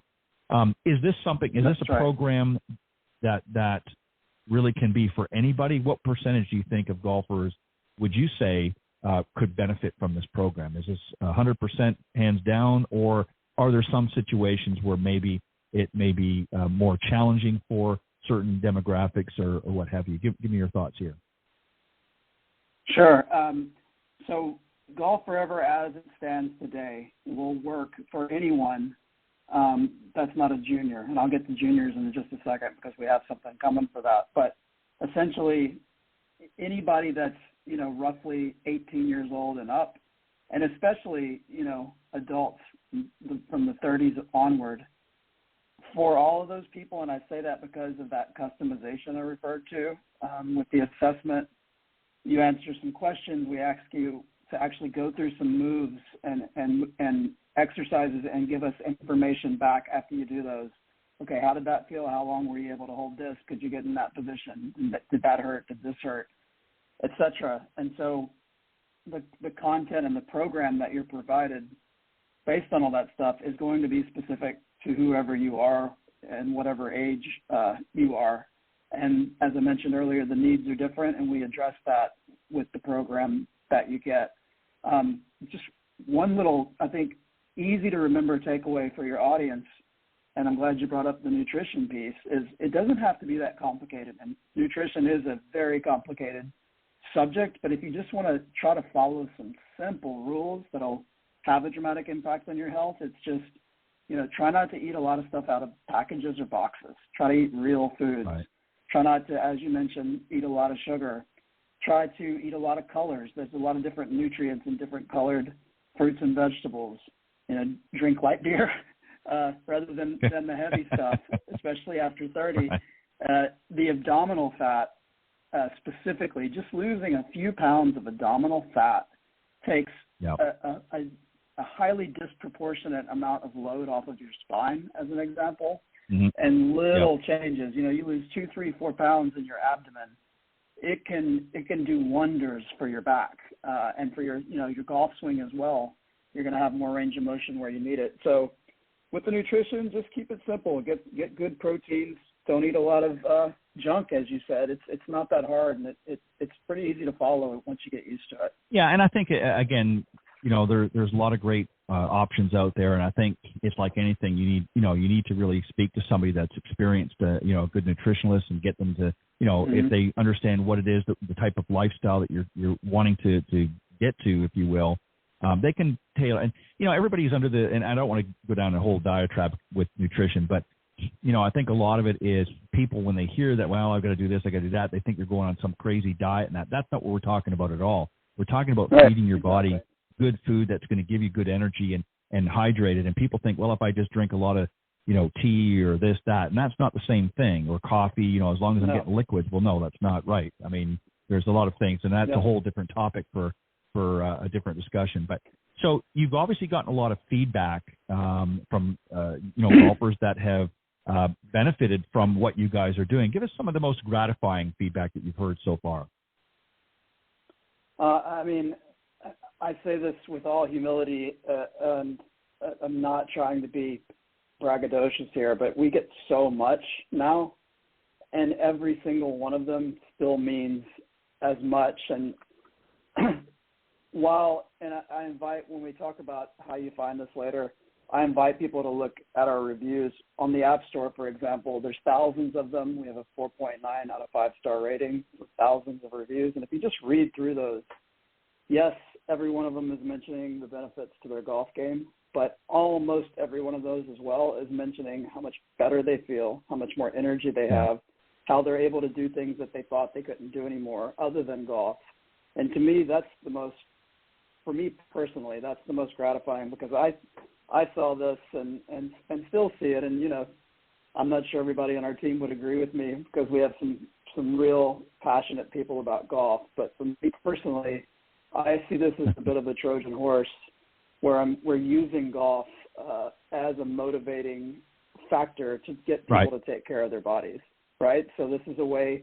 Yep. One of my dreams when I was in practice was, and it's a dream of a lot of practitioners, is how do you effectively make preventative care work? How do you make it sexy and attractive and get people interested? It's really hard to do, and this was one way that I found to do just that. So when we get these feedback from these people, I mean, it's some unbelievable stuff. Like we were at the PGA show in January, and we have this gentleman sent us a video, which is just amazing. You know, he had a serious cancer diagnosis, went through a really rough go of treatment. And he said, he came up to me at the PGA show and he said, "Doc, I'm not exaggerating when I say this. GolfForever kept me alive. It kept me feeling good. It kept me going. I did it when I was in the hospital getting chemo." And he actually says much more dramatic things than I just mentioned, and we have that testimony on our site. But it's things like that. It's people really, and to your point about nutrition, it's people not realizing how much better they can feel, especially, you know, if they're 50s, 60s, 70s, and 80s. They just become kind of resigned to, okay, well, this is life now. I'm not going to feel good. I'm not going to move well. I can't do things that I used to do. And that's not true. It is absolutely not true. You have a huge amount of control over how you're going to feel and move and how long you're going to live and what your life's going to be like. And those types of testimonials and feedback that we get are the most rewarding to me. Well, Jeremy, you said something a few minutes ago that really sends this message home, and that is preventative. You know, unfortunately, for many decades, it's been reactive. You know, people, they get sick or they get in poor shape, and now all of a sudden, well, it's like, you know, I wish I had have done this when I was younger. I wish I had have done that. The advancements of not just technology, but the ability of, you know, with the internet, and I know you got to be careful and that, but there is so much information and good information. I mean, you got to, you know, watch and be careful, but there's a lot of good information out that's being put out there by, you know, great practitioners like yourself, who are saying, hey, if you do this, this, and this now, when it gets time that you're getting a little bit older, you're going to prevent. That doesn't mean that, you know, you're curing cancer or that you're doing anything. I'm not suggesting that, but the more that you prevent that's going to help with injuries, right? I mean, again, we all can get injuries. Even some of the best players out on tour, you know, have wrist injuries and you know, ACL and all this other stuff, but they're also doing preventative stuff, and it could be a lot more serious if they didn't do something to help prevent that. And that's really what you guys are doing too. It's not just about maintaining and keeping in shape and things. It's about preventing future things that can come up as we age, and that's important. I want to touch on just a little bit, if you could talk about, and I know you did mention some specific differences in that, but the exercises that GolfForever that you're doing with some of the tour pros like Scotty, you know, Scheffler and Ryan Palmer, Zach Johnson, and of course Justin Leonard. What is it that they're doing? Obviously, again, they're each different age groups and things, but what is some of the things that their tour player is going to do maybe with the exercise as opposed to maybe you know, some of the other guys out there that's helping them to not only get stronger, but obviously hitting the ball further, which is every golfer's dream. So what do you say to that? Yeah, it's a great question. I think a way to simplify it, to just give you an easy to digest answer, is usually the difference between what a Scotty Scheffler is doing and what, say, your weekend warrior senior golfer is doing is the degree of intensity, the degree of resistance, and the degree of speed. So some of the movement patterns will be very similar. Some of the exercises will be different variations of each other, where you're just tweaking, you're adjusting the dials on the intensity, the agility required, the amount of balance required, the speed at which you're doing, how much load you're adding. Those are the real differences. Now, you know, also, so we'll say, you know, 75% overlap between a younger and older person, but with those differences of degrees I just mentioned. And then the other 25% will be specific things that we'll target. Somebody in their 70s tends to have significantly lost range of motion in their upper back and their shoulders. We get that slouched forward posture from being on devices and computers. So we'll spend more time on that, and we'll focus on that in different ways than we would, with a Scotty or a younger person who hasn't developed those postural changes yet. And there's several examples just through that lens of what would be different. But Scotty and Tom Kim and the others on the team that are young and in great physical shape, they're using GolfForever to try to boost their rotational power. There's the ways in which we use the swing trainer, for example, which is our physical product, with Scotty, and that's something Scotty uses every day. He uses it on tour to warm up. It's challenging his core and his hips in a very specific way that's extremely difficult to replicate without that piece of equipment. And he's doing that to make sure when he plays day in and day out, especially there's a lot of travel involved, and sitting on a plane or sitting in a car shuts down your hips. It starts to limit blood flow to the muscles in your hips and shoulders, and you've got to work hard to address that and to constantly get that stuff moving in an optimal way again every time you get out there and play. And so that's what Scotty and the other tour players do. They use it to warm up, and then they also use it to tweak their strength in rotational power ways to the finest point that they can get it. And also too, I think many of your users of GolfForever have been able to identify specific common pains that maybe they've had in their bodies. Typically, obviously in golf, you're dealing with, hip issues, lower back pain, that sort of thing. What advice would you give that maybe, that could help, people that are maybe, struggling with that? And let me just say this, sort of throw a disclaimer out there. I mean, I know you're obviously qualified, and that's not the issue, but I just want to make sure that if anybody listening out there, obviously we want you to consult with your, local physician before you, do anything and that. So this is really just more for information and things for you to consider and certainly discuss with your healthcare provider. But, obviously there's some issues that people are dealing with. What are some of the things that you guys have been able to identify through your program? Well, it's a lot of common things that almost all of these things fit inside the bell curve, and you'll see some weird little outliers here and there. And I do want to stress, you said it just perfectly, and we say it right when you are thinking about joining GolfForever. If you have pain or discomfort, you need to see a physician first, just to make sure it's not one of the more rare, serious things that could be a signal of something serious going on. That said, the vast majority, and I mean vast majority, of aches and pains that people get, young and old, are musculoskeletal or muscular in nature, by far. And so, the disc herniations and the nerve pain, those are pretty rare in the grand scheme of things. And so with muscular pain, it's almost always a muscles not working as they're supposed to, whether that's because they were injured in the past or they just don't have the base level of strength. And what happens when that occurs is other muscles that work to move that same joint or joints that the injured muscles do are asked to pick up the load and to do more work than they're built to do. And those muscles become very painful because of the work they're and that is almost always what is going on, especially if you go to the physician can't find anything, and they're just like, well, this is just part of getting old. We've ruled out infection, a fracture, or cancer, or anything like that.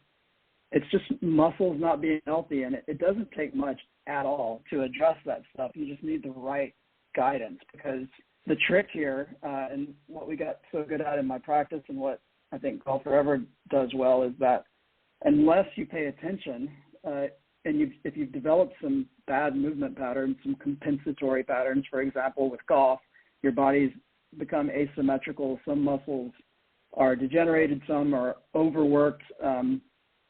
If you've developed that and you go to do an exercise program, you're going to do those exercises with the same bad movement patterns or compensatory patterns that got you here in the first place. And essentially, you're just going to make yourself worse, and that happens all the time. So it's like to walk again sometimes for some people. You have to think about it as like post-surgical rehab, really, because you have to pay attention. You have to have the right instructions. You have to listen, and you have to go, okay, this probably isn't going to be what I automatically do if somebody just asks me to move. I've got to think about how to move this differently. I've got to turn these muscles on and use them properly with the proper form. And I think this has changed a lot, but, even 10 years ago, we would see lots of professional athletes that we had to regress way back to doing things on their hands and knees to just practice squatting, for example. There was a very well-known NBA center I'm thinking of, and I won't mention his name, but he's taking rebounds, and every time he comes back and hits the floor after a rebound, his knees are buckling inward essentially because he wasn't doing a good squat pattern, and over time, that stresses the knees, it stresses the muscles and the hips out. And so, for 2 weeks, we had that person just doing really basic movements with his legs often on the ground. And he was pretty incredulous. At first he's like, I'm a high-end athlete. What are you doing? I want to be throwing the kettlebell around. And we said, no.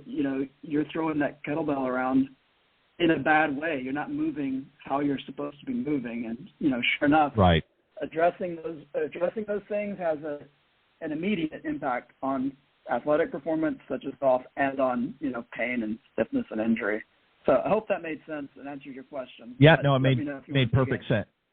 Yeah, no, it made perfect sense. And again, especially for those that are playing at a more athletic level, some of the ones that we mentioned that out on tour, they need to really make sure that they're doing things properly because it's going to affect their livelihood. That's how they're making money, is out on tour, winning tournaments and playing in events. And if they're doing things incorrectly that's affecting their performance, then, they're not going to be near the top of the money list. They're going to need to be near the bottom, and that doesn't serve them well.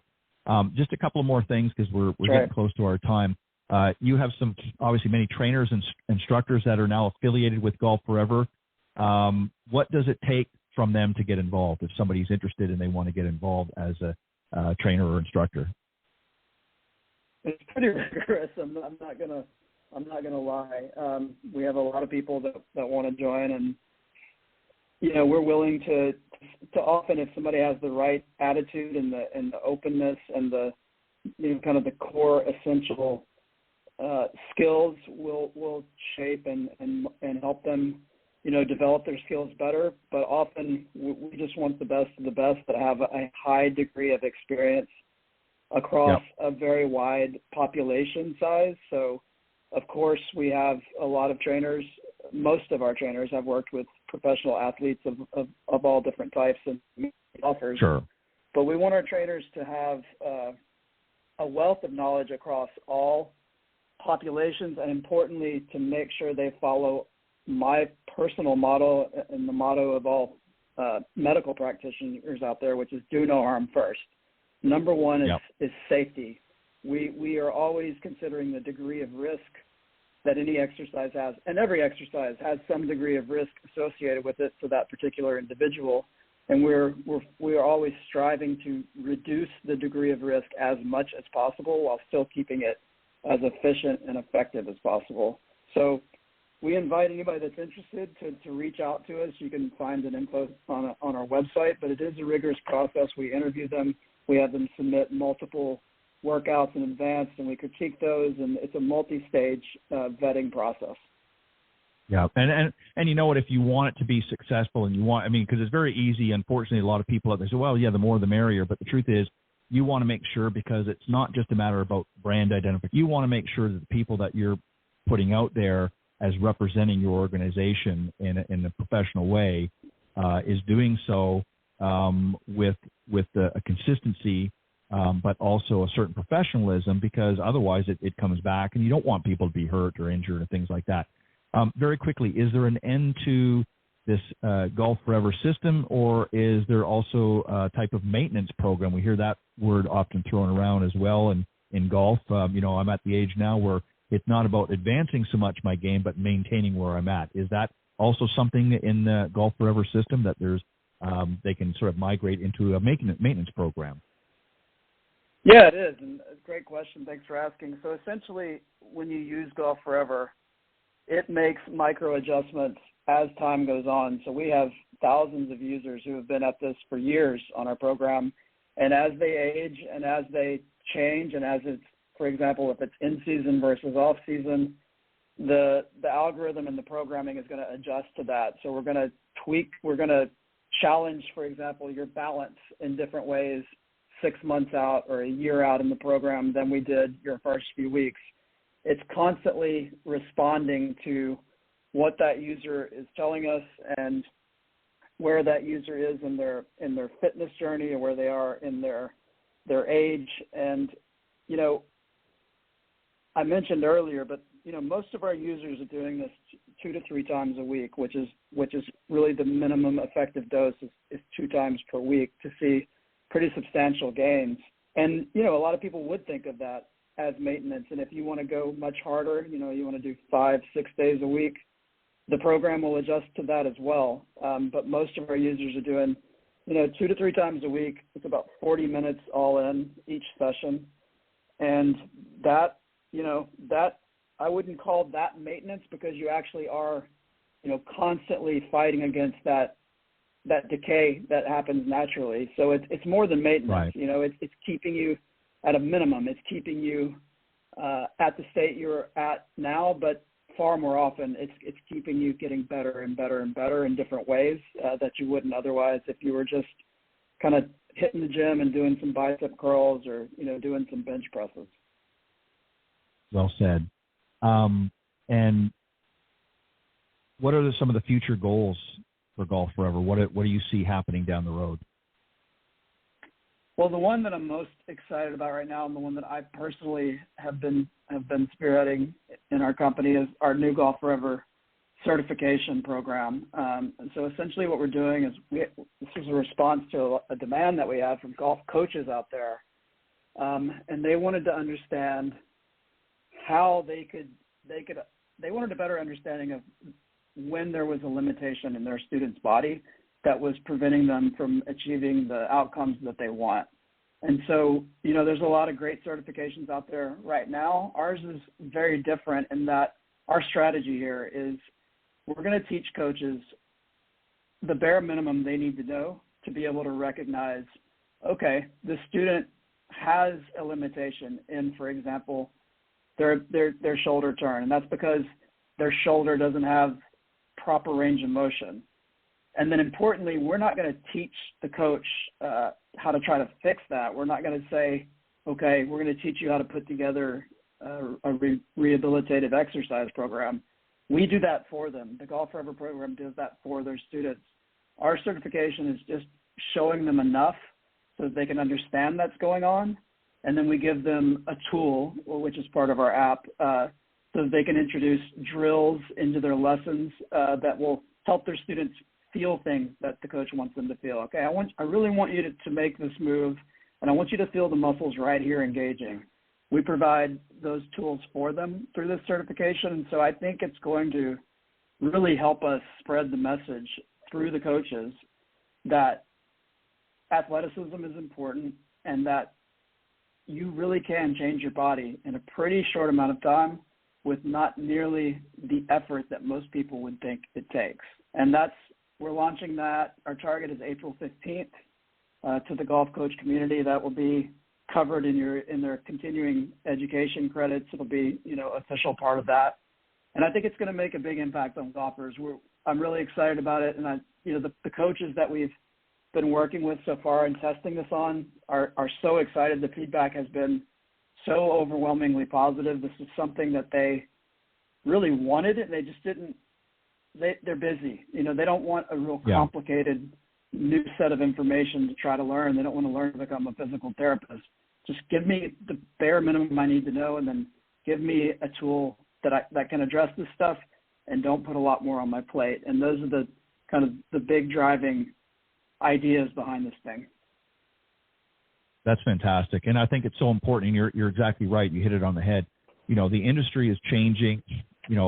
Golf professionals, both on the tour and the teaching side of the game, have recognized now, as I mentioned, it really sort of took root, if you will, when Tiger came out on tour, was when you really started to notice a change in the industry. And people recognize that you've got to, it's more than just being in shape. You've got to be proactive, and you've got to be out there if you want to be competitive on tour, or if you want to just, if you're a more seasoned, and I'm referring to age now, golfer, and you want to get out there and continue to have fun. Well, you can't just sit in the armchair at home and, go and play on the weekend and expect to, play your best if you're not feeling your best. So again, it's not about going through some powerlifting or some, major overhaul. It's about incorporating it into your lifestyle. And it can be done, as you said, as little as a couple of times a week for, 20, 30 minutes each session, just to, and this is something you can do really, I think you would agree, in addition to maybe a regular workout. You might want to modify some things, but it can be done. So it's not like you have to just throw everything to the towel and jump in head first. But these are things that you can incorporate into your physical routine each week that's going to benefit you. And as you said, there's millions of golfers out there that want to have a better game, and this is really a good way to do it. Stop spending $500 on a new driver.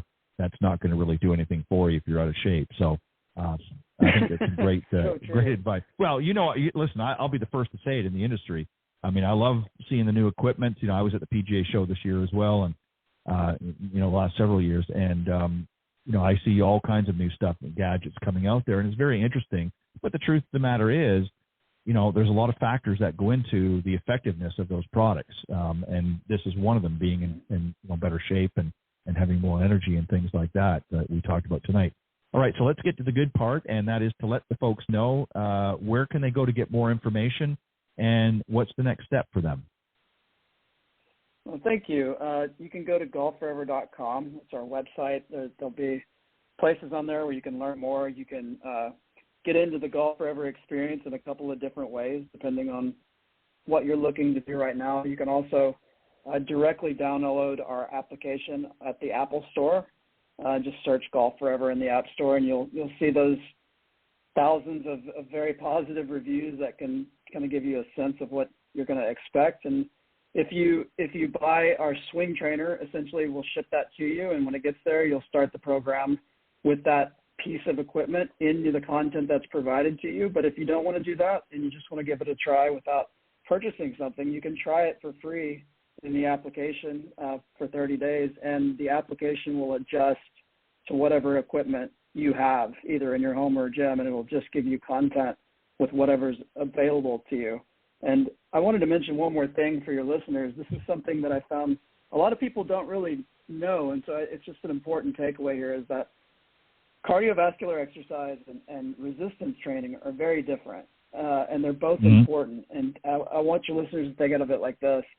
Cardiovascular exercise will get you a long life in most cases, right? It prevents heart attacks, helps with diabetes, things like that.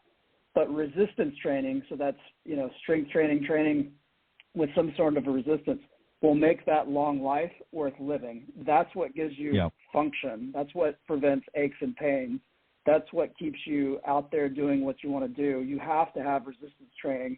You can't get away and expect to have a great life if you're just committed to, riding the bike or walking or jogging. You got to bring in that resistance training too to get the real benefits and to start to feel better, move better, play better golf.